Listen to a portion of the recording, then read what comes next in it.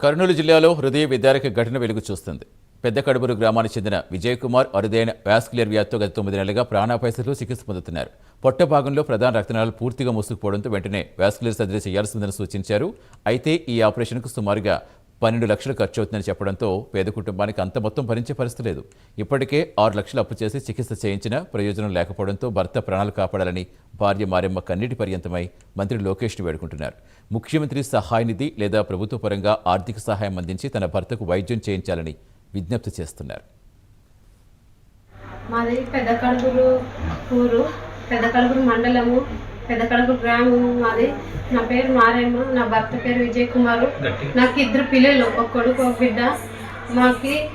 మా ఆయనకి గత సంవత్సరం నుండి నరాలకు రక్తం సరఫరా కాక అన్నం తినేది మానేశాడు. 1 సంవత్సరం అయ్యేసరికి అన్నమే తినవాడు. చాలా నొప్పి అని బాధపడతాడు. అస్సలు అన్నం తింటే చాలా నొప్పి వస్తుంది. దానికోసం అన్ని తాళ్ళు పోయి చూపించుకున్నాము, చాలా డబ్బులు అయిపోగొట్టుకున్నాము. అయినా మతను ఏం లేదు, ఏలూరులోనా సిఎంసి హాస్పిటల్లోనా బాగా అవుతుందమ్మా.